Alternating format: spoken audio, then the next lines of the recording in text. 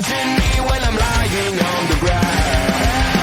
I've got no shelter, I've got no escape. My life is a prison and I can't run away. I feel it in my bones, I'm losing it. Hello and welcome to the Great American Gash Post Show. I am OLED and I am joined by the one and only, the natural Astrid Pizarro. Astrid, what'd you think, Great American Bash? Better than I thought it was gonna be, actually. I'm not saying that I was thinking it was gonna be bad, but it exceeded my expectations, to put it like that. What did you Yeah, think? yeah, I was gonna say I was highly impressed by a multitude. I use a big word tonight. Multitude of people on this card. Whether it be Blair Davenport really impressed me tonight. Who else? Tiffany Stratton, Thea Hale, both really impressed me tonight. Who? Say that Gable again? Houston really impressed me tonight. And then, of course, the main event was the main event, and that thing was as great as it needed to be. But thank you all for joining us. We're here to talk about the event that was the Great American Bash that we all just watched, and hopefully you did too. Let's just go ahead and just get right into it. I mean, it was a great it was a great bunch of matches back and forth. We started the pre-show. We have Metaphor versus two lads and two lasses, Dragon Lee and Ilja, and Dragon Lee and Nathan Frazer, and Yulisa Leone and Valentina Feroz. That Duolingo is helping out. Don't you worry. I got you. Yeah. 24-day streak with that Duolingo. I got you. This was an all right match. It didn't do anything fantastic, but it didn't disappoint in any way, shape, or form either. It was nice to see. Oh, it's always nice to see Mark Talks and Plays joining us on the Twitch chat. Hello, Mark. I know what you thought of the show. I've been watching you in the Call of Unity all night. But no, keep going ahead and throwing in your comments for the rest of the people who might not have. No, I really like this. It was a nice back and forth match, a little bit of chaos here, there, and everywhere, as there always is with a mixed tag, especially when it's an 8-person mixed tag. What did you think of this match, Astrid? Yeah, what I really loved about this was the girls. I feel like Yulisa and Valentina really showed out in this match more than I thought they would. So I really like how they incorporated the double team moves. I know at the beginning it was a little bit of like miscommunication because I believe it was Valentina had tagged in Yulisa and Yulisa didn't go for the pin, but Valentina did, and Yulisa's like, no, it's me. And she kind of moved her other way where she pins in. But yeah, they really did with the dives and the double team moves they had. And even I like Yulisa going and using Nathan to help her all get catapulted outside for the dive. Just little things like that really helped out.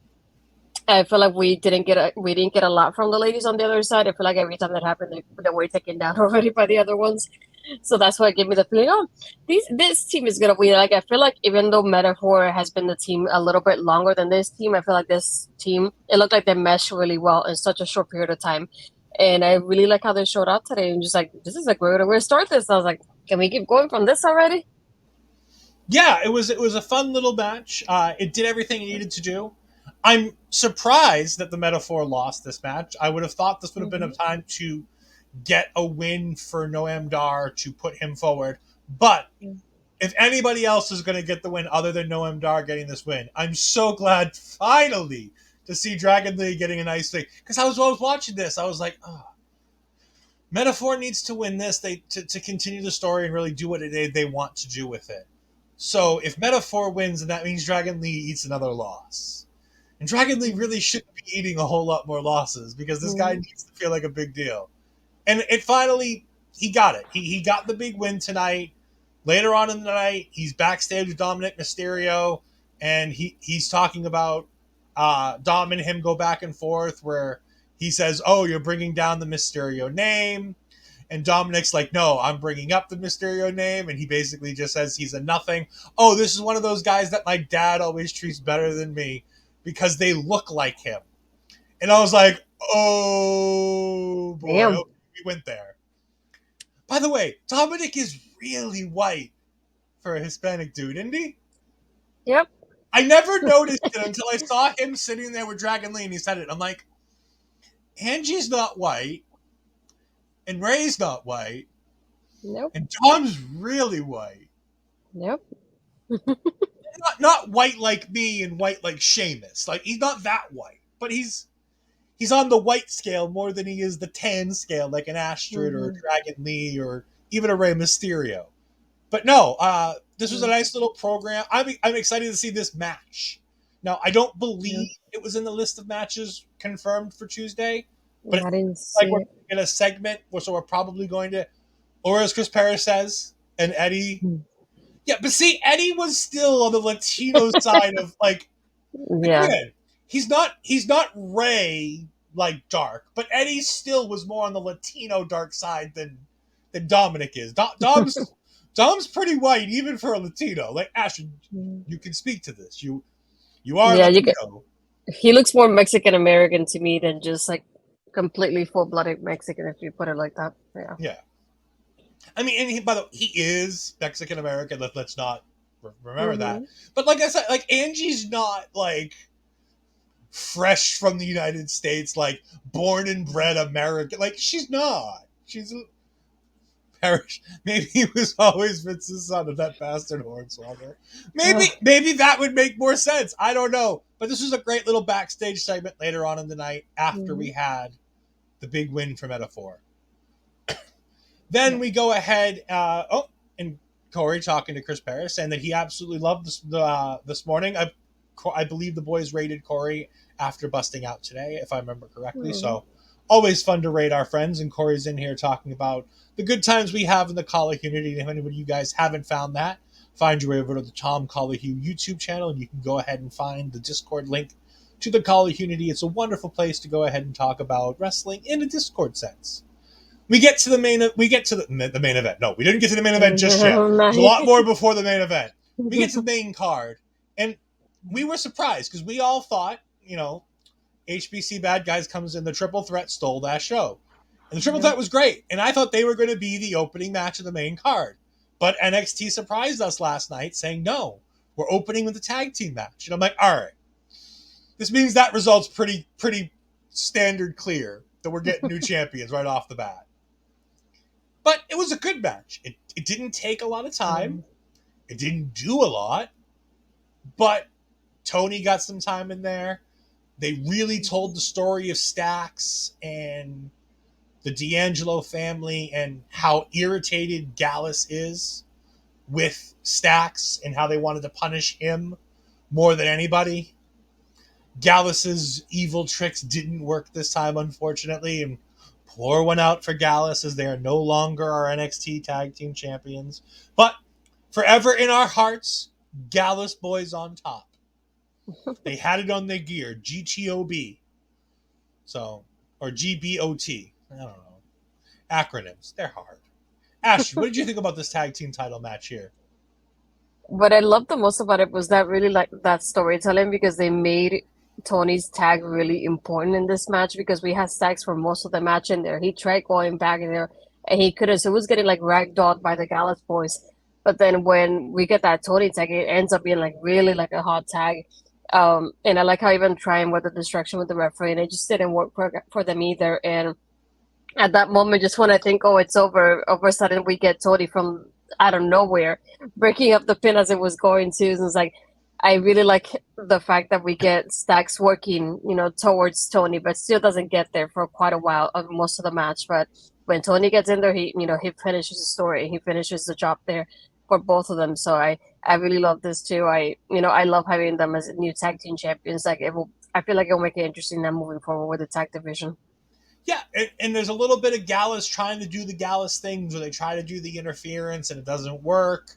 And then they get it to work, even plan A didn't work, but plan B works out, and they almost get that. And like you said, Tony gets in there at the very last second to break up the pin. And then Joe Coffey tries to do what he did at Stand and Deliver, but this time they have it scouted, and Tony D'Angelo hits him with the crowbar. So Joe Coffey's out of the equation, and then from there, it's just bada bing, bada boom. 1, 2, 3 for the D'Angelo family, the new NXT Tag Team Champions. It couldn't happen to a better, nicer guys. As Chris Perez says, Maybe we need to send more of these guys to jail. We need a before and after photo of Tony G and Dom in jail, and then another with their titles. Only aboard again like Christian, like HBK, can understand what a second chance can do for people. By the way, if you haven't seen it yet, there's a great clip of Dominic Mysterio walking straight past Shawn Michaels, and Shawn Michaels just being like, "Your daddy should have spanked you." Oh, I love HBK. He's great. But we move on to our second match of the night. It's Weapons Wild. It's Roxanne Perez versus Blair Davenport. Astrid, as always, it's Roxanne Perez, but not only that, it's a great women's match. Go ahead and tell us all about this. This is definitely one of those matches that I feel like it was better than I thought it was going to be, because I thought it was going to end up starting kind of silly in a way because we didn't know what the weapons were going to be involved. I feel like they used them very well. They used a little bit of everything. We used from the trash can to a cowbell to the table here. So, there was variety in here, which I loved. I just loved not only that, but what I mentioned in the previous show when we did it with Steve is that aggressiveness we got from Roxanne tonight is exactly what needed to happen. And I like how at first we do have her like struggling with Blair, and every time she does not have something, Blair counters it. So we always have that back and forth, and like Roxanne doesn't get to go all the way. And then when she does go, you can see that attitude coming in, and the decisions she starts making are different when that clicks in her head, and you see her being more aggressive, like the way she just need Blair to the steel steps when she shut out the table and the crowd going wild for it.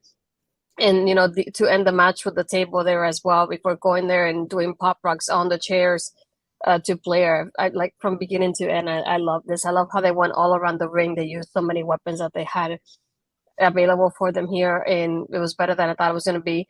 And this is one of those matches that I love that it could go either way for me, and I feel like either way it could have made something different for the women's division. But very glad that Roxanne ended up winning here. Another point for me. My thing with this match, and one of my favorite things about this, is the heel work of Blair Davenport in this match. Blair Davenport owned the first half of this match. Mm-hmm. And not only did she own it, you knew she owned it, and she did exactly what she needed to do. She slowed it down. She took her time to get everything in place exactly where she wanted it. Using the cattle brand on with the trash can on top of Roxanne Perez and just beating the trash can with the iron cattle prod. I mean, that takes balls to stay inside that itty bitty metal trash can with an iron cattle prod being swung pretty well by Blair Davenport. The heel work in front of Roxanne's family was just fantastic. It wasn't quite Sasha levels, but it was just enough. You see that little girl almost in tears, and she's not clinging to her mom like what was her name? Izzy did at the end of the Iron Woman match, but it brought those same vibes back. Blair was in her face. She was doing the boo-hoo, cry, but all the time she was focused on Roxanne. She never lost her focus to do the heel work. The heel work made sense in terms of the steps that she was taking. The fire from Roxanne was incredible. It was really, really good to see Roxanne have this other side. I would have preferred Roxanne lose, to be honest. In the storyline, I think it would have made more sense to have Roxanne lose. I like the idea that Roxanne wins, but I think it hurts Blair a bit. Like I said in the preview show, I think it would have done a really big statement for Blair if she wins here and continues marching through this women's division towards Tiffany Stratton. If not at No Mercy, then the next step. Where at that point, Tiffany's had a long enough, short reign, but a long enough reign that you can give the title to a woman like Blair Davenport when you have a Nikita Lyons coming back, when you have Astrid coming back, what's her name? Wendy Chu. When you have Sol Ruka eventually coming back, and having all of these girls kind of come back staggered so that it's like Blair wins the title. She holds the title up. Boom, Nikita's music hits. And boom, there's your first feud. and you've got a month or two of that. And then if she, in theory, even as much as I love Nikita, you beat Nikita because she's not quite ready for that step. And then as soon as Nikita gets put down, boom, Wendy Chu's music hits. And out comes Wendy Chu. And you repeat the pattern again. It seems simple, but some of those are really good. And you've built enough competitors that she's taken out that you can build a 6 to 8 month reign heading into Stand and Deliver WrestleMania weekend in Philly, where you can have Sol Ruka, ironically, defeat Blair Davenport in her return. In my mind, that's what I would do, is have Sol Ruka return and win. Because I think she was getting close to heading towards a championship match before she got hurt. She had the momentum of the crowd. But the loss doesn't hurt Blair Davenport that much. It's not that big a deal. But in my mind, in my own fantasy booking, it makes sense for Blair to win. But we've got plenty of time before No Mercy. And honestly, Tiffany shouldn't even be losing at No Mercy. She should be losing further down the road. But Blair Davenport, as good as Roxanne was in this match, her selling was fantastic. Blair Davenport was on another level here. She really was showing why she is the top gaijin, as they call her, top outsider in Japan. It just shows how good she is. We got some comments to come in here. Astrid, I need you to translate for me. I was going to say, you're practicing your Duolingo. Go. No. I know how to say it. I just don't know what it means. Well, I don't. Well, say it though, and then I don't know. Este madre estaba tan feliz. I guess they're being sarcastic. It's like the mom was really being happy for some reason. She was really happy at the end of the match. She was very, very happy at the end of the match. We had our amazing saying hello. Great match, but the wrong person won. I get that Roxanne's new attitude needed something, but Blair needed. I don't think it doesn't hurt Blair. She doesn't need the win more. I feel like it could have done more for Blair. I don't think there's much more that you tell with Roxanne. And Ash, maybe I'm wrong. Do you see something that I don't see, that you do more with Roxanne before? Because I think she's called up. I don't think she stays, which is another reason why I would have beaten her. No, I think the only thing, because I'm like, at this point, I was like, if they put her against Tiffany and then Tiffany does win, that's the only thing that I could think of. But at the same time, at this point, I wouldn't put her anywhere but calling her up, because there's nothing else for her to do in that aspect. If you think about her career in NXT, the idea I can think of is like her wanting that title, because she said it in her promo last time. This like aggression, this rage inside of me started building since I lost the NXT Women's Championship, and she never regained it. So I was just thinking like maybe she'll want to regain, especially after winning this match. But that's the only thing I could think of in that aspect. But from my mind, I wouldn't do it. Yeah. We got Barry Monkey joining us very late at night over in the UK, as well as Mark. We got Mark saying, Ed acknowledged that Gallus are not on top, only on the bottom. I did not acknowledge they were on the bottom. My anacronym may have, but I did not. We got Perez saying, part of me would like to see Piper Niven return to NXT. That'd be great. I'd love to see Piper Niven come back. Piper Niven is a fantastic competitor. I think she could teach Nikita Lyons a lot, being a bigger girl in this industry and being able to have fantastic matches with the likes of Bea Priestley. If you haven't seen their work together and against each other in places like Progress, in places like WCPW, check them out. There are some fantastic matches. I believe they have a wild weapons match in ICW, if I remember correctly, between the two of them when it was Viper versus Bea Priestley. There is some fantastic stuff with Piper Niven over in the UK. Definitely check out her stuff from over there. It is fantastic. After this, I believe, is the video package with recapping Lyra Valkyria versus Rhea Ripley, where we then get the Lyra Valkyria promo segment, which turns into the attack from JC Jane, which the referees try to get in the way, and then Mommy comes walking by and she goes, "That's what I wanted," and walks away with Dominic. Actually, I think this is after the next match, but it's fine. We'll put it here. It doesn't much matter. It's just setting up a match for Tuesday, which we all saw coming a mile away. Yeah. We get Gable Stevenson making his NXT debut versus Baron Corbin. I'll be honest, Gable Stevenson impressed the hell out of me in this match. His timing was good. Wasn't great, but it was good. He knew. Now, I will admit, I think this match was practiced to perfection over the last week at the PC. I think these two guys must have had this match a good 4 or 5 to 6 times at the PC before they got this match on camera tonight. Because there were moments where Gable knew his leg needed to be in the air so that Corbin could hook the leg. I caught that a couple times. That being said, Corbin's new package looks great. I'm not a huge fan of the shirt he wears for his entrance. I could do without it. But when he takes it off to get into the ring gear itself, that's fantastic. The new music, it's good. It's not great. No, It's it's not growing on me. I bring the darkness, but it's not bad. Mm-hmm.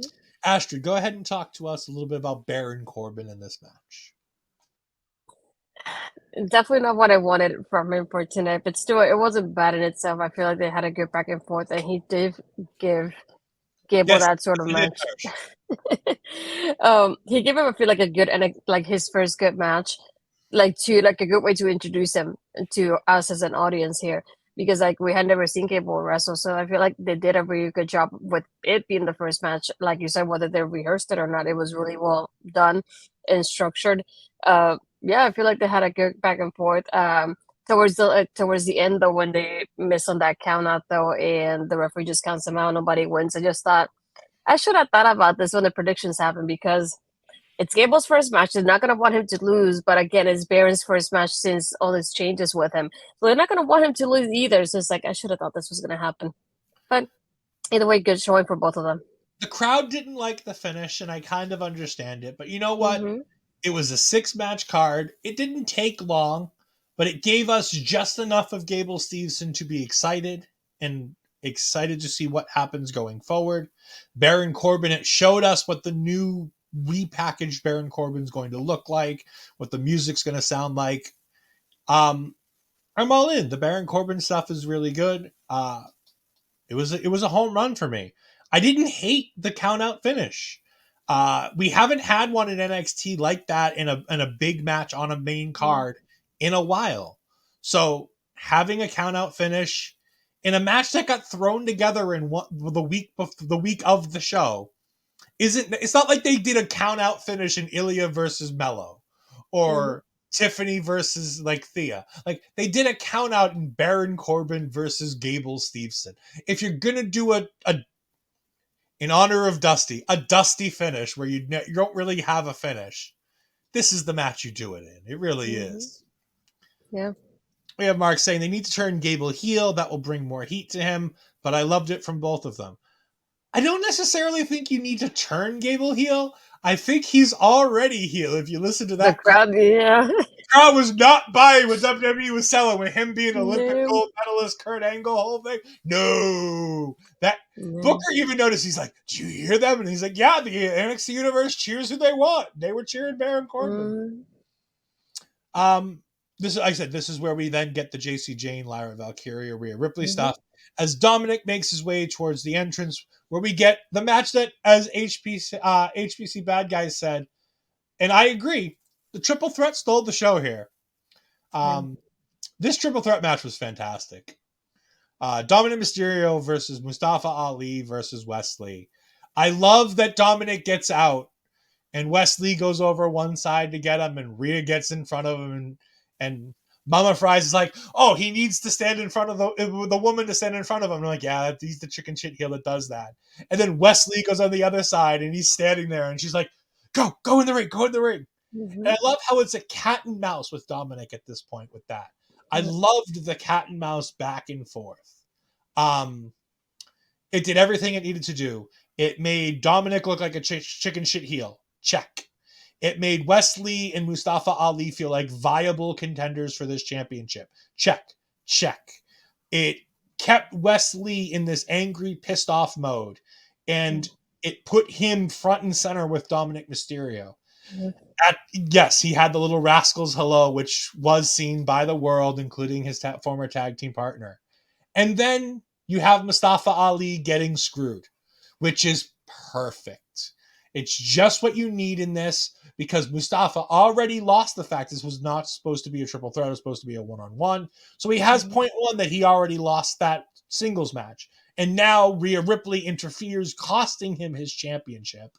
It's just setting up perfectly for what I'm assuming is going to be Dominic versus Mustafa Ali at some point soon, which I don't think has a clean finish.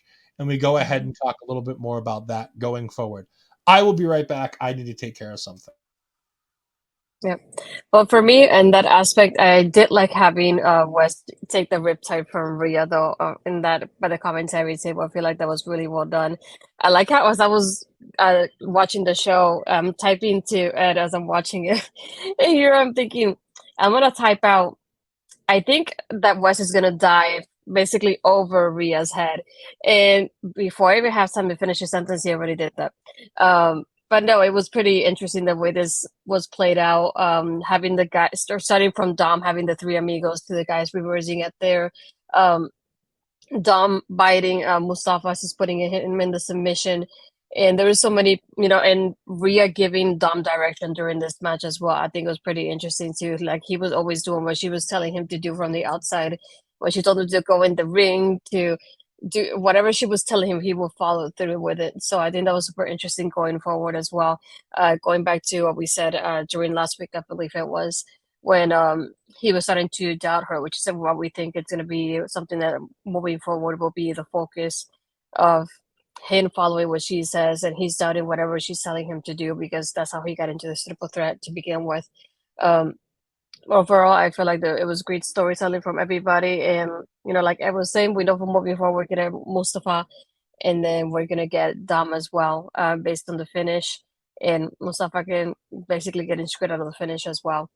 After this is what we had, probably Ed's favorite match of the night. So it was Tiffany versus Thea. It was a submission match. I love how before they started this match, they said this was the youngest women's championship match in PLE history. Oh, hello there. Hi. I thought I'd tag out. Tag out. Well, to mention about Tiffany and Thea, you got time to watch that one, didn't you? I watched the whole show. Okay. So before they started, they introduced it as the youngest women's championship match in PLE history. So I like that even though Thea doesn't win the match, they still present it this way. They still give the match some history to it. But I like having the fact of like, we have Tiffany trying to take down Thea from the get-go and focus on her lower back. And we see that throughout the match. She goes for the surfer submission and the stretch submission on her shoulders as well. And really going for all that. But I love having moments of like Thea has her focus on her as well. And she throws Tiffany towards the post and it hurts Tiffany's shoulder. So we get focus on Thea's back and then Tiffany's shoulder at the same time here. And I like that moment of like when Thea first locks the Kimura, like I felt like she was going to win this when it happened. But she didn't because Tiffany just throws her over her head. And then again, Thea going for the back exploder, Kimura lock again. It made me think like this was over. But towards the end of the match is when I started to notice that Andre was really holding out a lot to his towel and they kept going forward to him and Duke in the corner. That's when I knew something was happening there. And I was like, I don't want it to happen, but I know it's going to happen sometime soon. And just when she is there in the submission, Boston Crab, Andre throws in the towel and then Tiffany still wins. I feel like it's also great because it's just that moment that Thea didn't submit either. So I feel like it makes her look good as well. Plus, we had Tiffany retain. Did you have any thoughts about this, Parrish? Yeah, I thought Thea did a really great job of being sympathetic in this match. She really put out a great effort despite losing. And the fact that she didn't actually tap out and she didn't quit, it was something that her mentor, her teacher, was the one. He was the one who was protecting. It felt very much like a father protecting a daughter in this match. And I love that emotional investment that you had. I was very much watching Duke Hudson this entire time to see if he was to do anything. Because to me, he's always that wild card standing there. You never know. Like you always had your reservations when he joined. And then as everything went on, I don't know. For me, I'm just like, do I still trust him? And then he's always proven that you can, but you still watch him. I thought Tiffany Stratton looked very comfortable in this. As Barry Monkey is saying, it was easily Thea's best match. Yeah, I 100% agree. I thought this was a match that put her on a pedestal of being heavily considered to being in that mix. We can now build a women's division with Thea Hale as an integral part in this division. I thought this was her coming out party. Yeah, I feel like she definitely grew on me during this match. Just like the matches from her perspective was better than I thought it was gonna be because her matches we don't see her very often wrestle when she does it really short matches. So this was definitely a great performance on her part. And as Mark keeps saying here, that was amazing acting performance by Thea on selling everything. She did a great job. Tiffany did well going after a body part, using it at the end. That's something that I have enjoyed about Tiffany as well in her characters. Like whatever she does have, especially for title matches, whenever she has a match, she focuses on a certain body part of her opponent, and she did that again. Like great heel work on her end while doing this. And Mark again here, it feels as though Duke and Chase are going to keep going after by the official expressions. It just I knew by like the camera angle that we're giving us, something was going to happen in that corner there, and that I keep seeing Andre holding onto the towel like he was going to pull it. He was thinking about it, and that he had it in his hands, so I could see the progression in his mindset there. So that's what made me think something is happening here between them. But like I said, what I liked about it, we didn't get the tapping out. You know, she was screaming with the pain, but she still worked through it, and she didn't lose technically like that. So I think I would like to see her interaction with Andre this week and see what it will be like between both of them. Right after this, we had a schism backstage. They're discussing about the two followers, and they're gonna do an interrogation this next week, just to remove the mask of those people and try to figure out who they were, which is probably gonna be Julius and Brutus as they're still hanging around the bag. So I thought that was super interesting. Like they brought it up this time about it. Didn't take long for that to happen. And then this is when we get JC versus Lyra got announced for Tuesday, and Dijak versus Eddie got announced for Tuesday as well. And then now on to the main event, which I'm gonna get hopefully Ed to talk about because Ed likes his main event. You're muted, Ed. Ah, crap. Sorry about that. No, I want to go back real quick just to the Tiffany match. I want to say some things, and people are gonna not like it, and people are gonna use these words against me. Tia did really well, like Perez said in this match. It was her coming out party. This match, she was in the right spots. I asked you this question. Is it bad when we're watching Tia Hale versus Tiffany Stratton? They have less in-ring time than Taya Valkyrie has her entire career. And this match was light years better than Britt Baker versus Taya Valkyrie. Two women who should be able to put on clinics with their eyes closed. I know Britt's still new when she's getting there, but the fact that she and Taya had so little chemistry and there were so many iffy spots in that match, it's just kudos to these two women. Not only did they do it, they did it with a long match. This match took some time. They gave it time. It wasn't a 5-minute match. It wasn't just slap on a submission, wait, oh no, she doesn't give up, move on to something else. They did a couple moves, put themselves in the right position, then put on a submission. And yes, there were a lot of submissions used. They did it a lot. But, yeah, clip it, fine, whatever. But more importantly, they took their time to set up the submissions to make them feel important. Because so many times in a submission match, you can make it feel unimportant by just going from submission to submission. Becky Lynch and Natalya. They had a perfectly fine submission match a few years ago in WWE between the two of them. But it didn't feel like it was really at any moment that one of them could tap. In this match, there was a few times where it really felt like one of them could tap. Mm-hmm. I wish Tiffany would sit down better on that Boston Crab. I really feel like she needs a little bit more time working with it, because in that early portions of that, she really wasn't ready for the crawl segments where she was really high on those. But as soon as she knew that it was time to just sit there for a minute, she really sat back on it. And again, this is the inexperience of both of them, how they're learning, and this is a developmental brand, and these are things that you're going to see. But I'm hoping in time, the next time we see a segment like that in a Tiffany Stratton match, that she's learned from this moment, that she really sits back on that thing from the moment and lets whoever's working underneath kind of get it there and really make it work. Because it was very obvious that Tiffany was allowing it to happen. But that's, again, that's inexperience. That's why they're in NXT. These are things that can be done. But this match, if it hadn't been for how great some of these other matches on this card were, this could have been a show stealer on any show in any company at all, because these girls got time and delivered. And both women's matches delivered. And in a week where we have an article going out that we deserve better in the AEW's women's division by somebody that you may or may not have heard of, just going out there and having 2 women's matches on a premium live event. You've got 7 matches on the whole card if you count the pre-show. 3 of them featured women. Yep. If you want to count the pre-show match, 3 of 7 matches on this show featured women in the match. Not around the ring, not ringside, in the physical match. 3 matches had women in it. This is why NXT does such a great job at building their women's division. Even if it's not as stacked and talented as an AEW's women's division.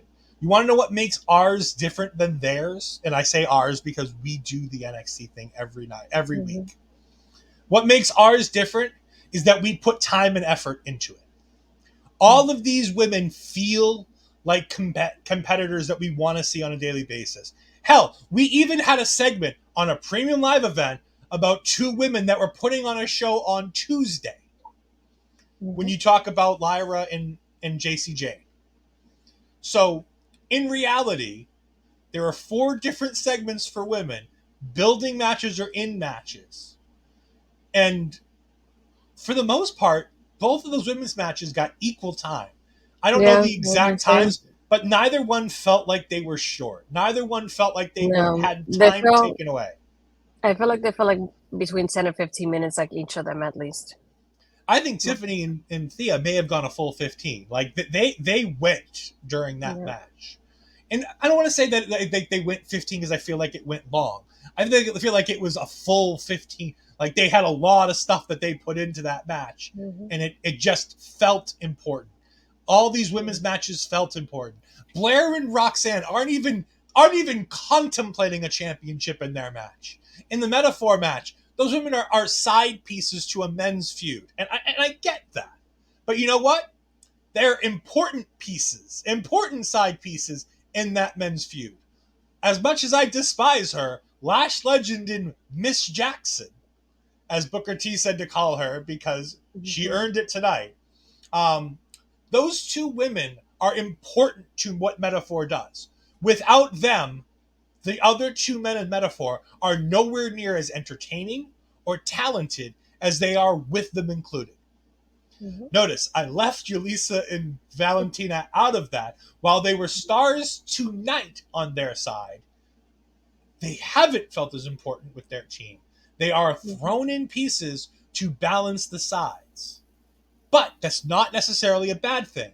Because what does that mean? It means that Lash Legend and Jakara Jackson are so vital to what Noam Dar is doing that you need to bring in other talent to balance the sides.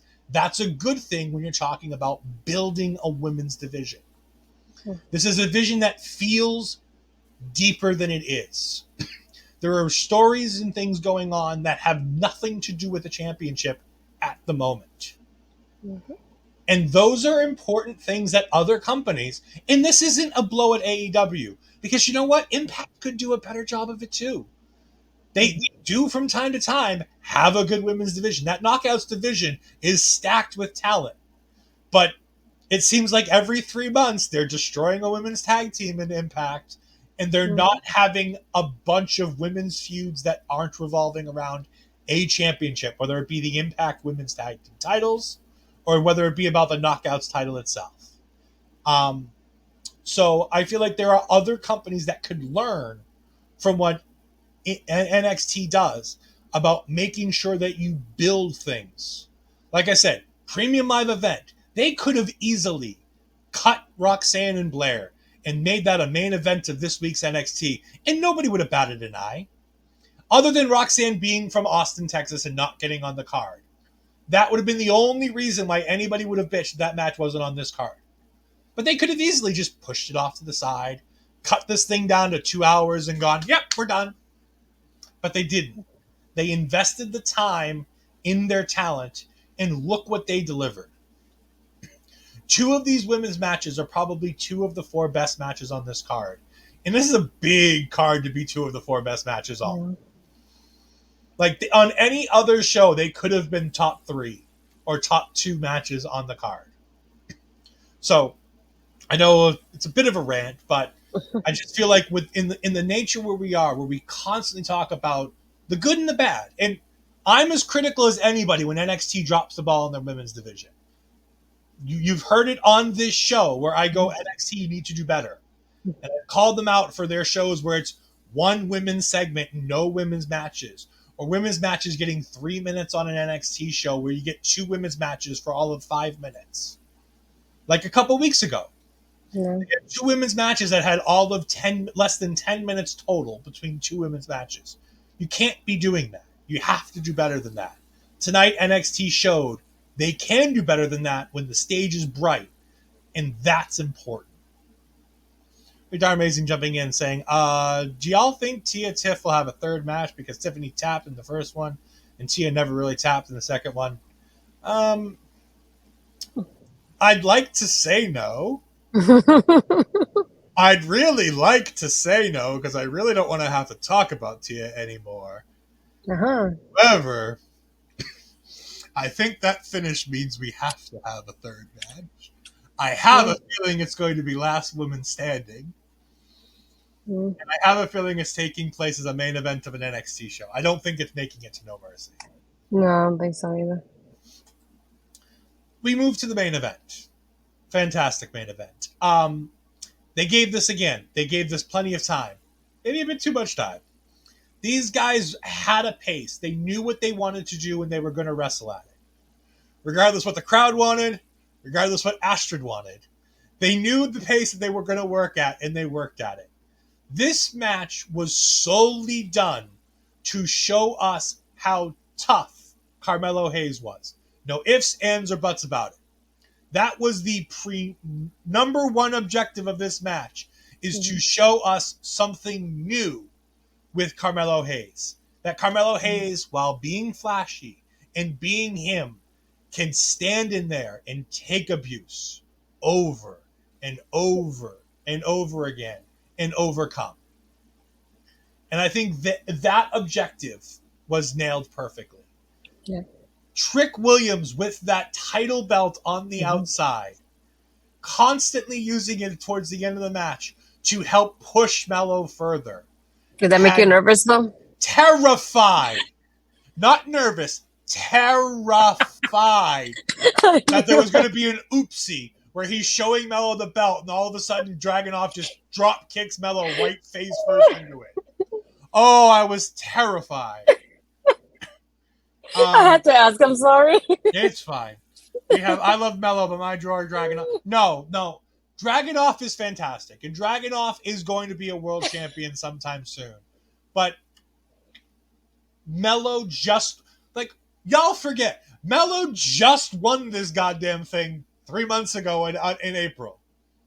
If he's your boy, you should spell his name right at least. Come on, Mark. He did. Oh, No. oh, I was like, Melo spelled right.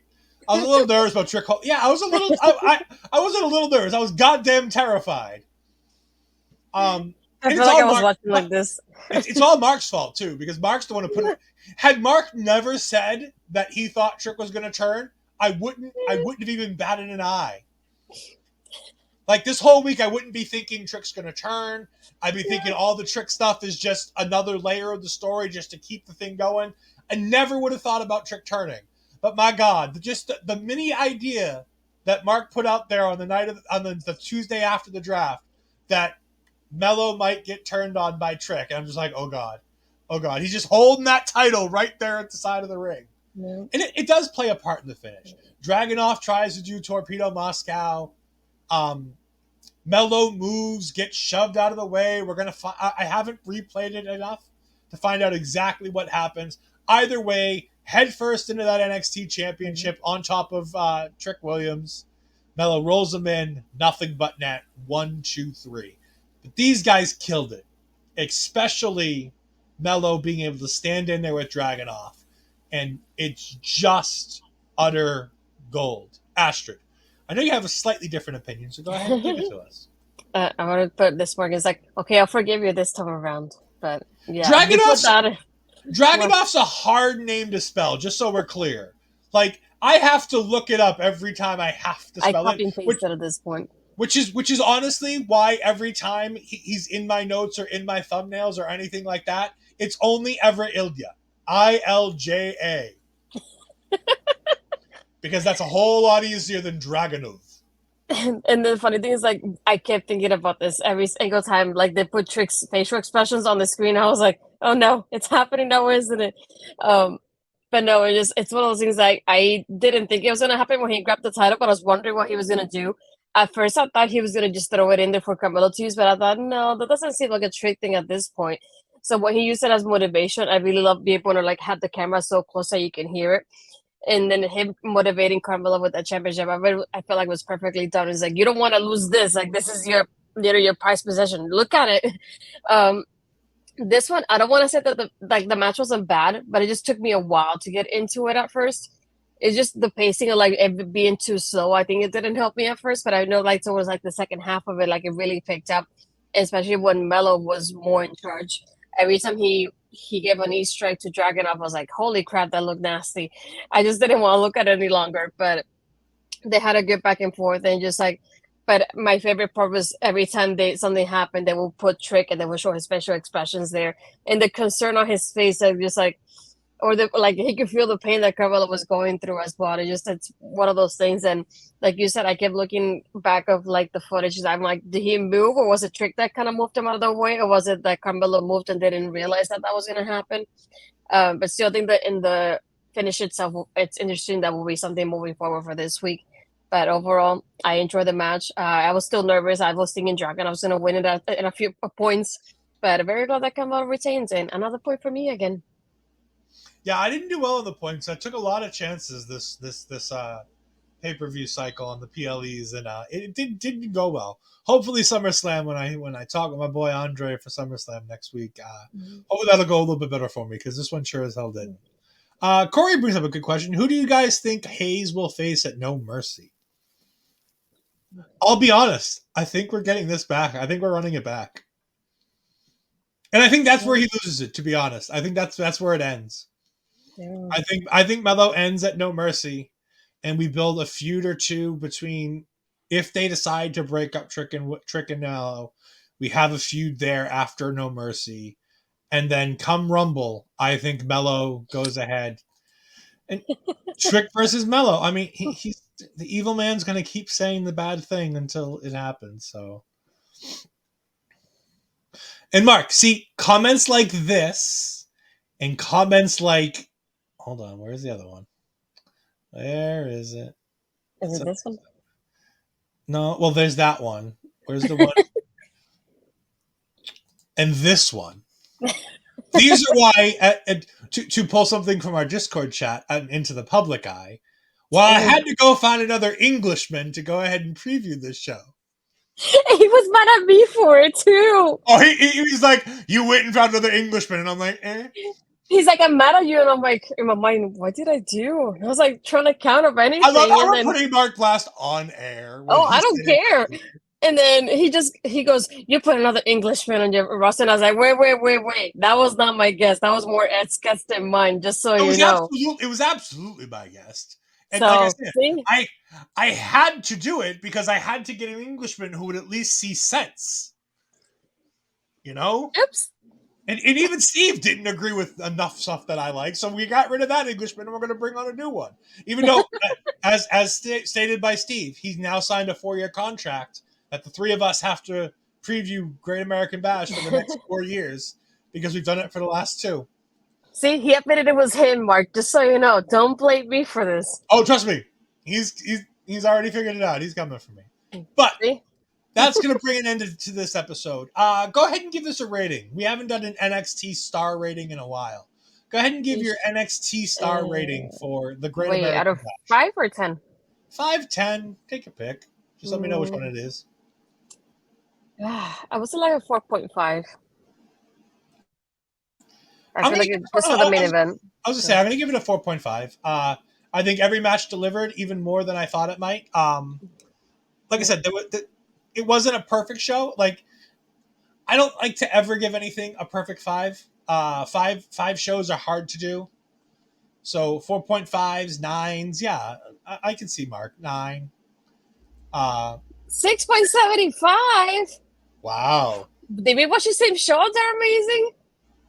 this is out of 10 stars. I mean, I don't know. 6.75 is a little harsh on this show. It was a pretty damn good show, I'll be honest. I mean, we had we have two ex-con champions in NXT now. I love seeing the thing NXT, a place for ex-cons to go to rehabilitate themselves. Corey jumping in 8.5. That's more like it. I can see 8 point. Like I said, a 10 out of 10 show is almost non-existent. Like, those shows are few and far between because every show has its duds and every show has its down match. And, you know, having a perfect show is a home. All right, there we go, Dara. At least get it to a 7.5. That's more like it. I can tolerate that. I mean, you almost got a week off the show for that one. But while we got a bunch of people here, Astrid, why don't you go ahead and tell the people where they can find you in print and on the air this week? On the air, you can find me again Tuesday doing Taking Over with Ed, and I guess I hope I don't get in trouble with Bobby, but I'll be hopefully with Bobby and Papa Smoke for the first time on the Thursday show from Respect Radio. I think that's all I have for this week at least. And then you can find me on social media, so it's down there. And then I have Blue Sky and Threads as well. And you can find me my latest piece on Body Slam that just came out today, talking about, as I mentioned earlier, about the AEW Women's Division and what we want out of it. The things from a fan perspective that I feel like they could improve on. And I had to put a disclaimer: I am a fan of AEW. I just want better for the women. So. Yeah, so far it's doing better than I thought it was going to be. So I want to thank Body Slam for not only letting me speak my voice on this sort of matter, but as I like to call them now, my two Corys and Cassidy for actually encouraging me and supporting me to write this piece. Yeah, I'm not a fan of AEW, and I thought it was a fantastic piece. AEW has some of the most talented women wrestlers in the world. And if they're not going to use them properly, please give them to WWE, because we would love to have a Billy Starks. We would love to have a Dr. Britt Baker. We'd love to have a Sky Blue. Hell, I think if we had her dumbass at the Performance Center, I think we could even take what's her name, the former TBS champion lady. Can't even. There we go, Jade Cargill. I think we could make her a competent wrestler if we had her in the Performance Center. Because God, her ass can't wrestle one lick and theirs. And she was champion for what, 40 weeks or something? Craziness. You can find me on Twitter where I say stupid shit like this. You can also find me on Taking Over every Tuesday. This week, you can also find me with, I believe this Wednesday, and Perez can correct me in the chat if I'm wrong, the return of Wrestle Draft. This Wednesday night, where we start Season 2 of Wrestle Draft, should hopefully be back either this week or next week. Parrish can correct me in the comments if I'm wrong. Let's see. Has he corrected me? He has not, so I'm going to assume that we are correct. We can also find me and all my gaming content on Ed Fries 2002. I was going to say it could be AFK, but I'm apparently wrong. You can find me Twitter on Ed Fries 2002 when you go ahead and try to find some of my gaming content. I play Marvel Snap. I play WWE 2K23. All kinds of good stuff. Also, catch me and all our local establishment crew as we go ahead and get ready for SummerSlam. This weekend, this Saturday night is SummerSlam. So it's coming fast and furious. This Saturday afternoon, you will have a pre-recorded version with me and my Marvel Talk tag team partner, Andre C., as we go ahead and preview and predict SummerSlam matches. That will be airing on Saturday afternoon, probably around noontime. So go ahead and get that checked in so you can get that right before you get your SummerSlam fix. And then stop by after SummerSlam, where you're going to find a host of us, we have no idea who yet, but a host of us will be talking about SummerSlam next Saturday night. I'll probably be there, I think. Maybe, sorta, kinda. Maybe the Raw Watch Along crew will be there. Who knows? Also, make sure you go ahead and give our local establishment a follow. I've chosen a show that I want to have a little bit more exposure. Go ahead and give some exposure to Paramindful. Every other Monday, these guys go out there. Melball Collins, the Golden Voice, Carl Carafel, and Alex the Wolfman go out there and talk about all kinds of wonderful paranormal things. Ish. All the spooky ooky shit. It's fantastic. It's not my cup of tea, but I've watched a couple episodes. They do a fantastic job. Please go ahead and give them some support on that show, because that show, I think, is one of the more underrated shows on the our local establishment thing.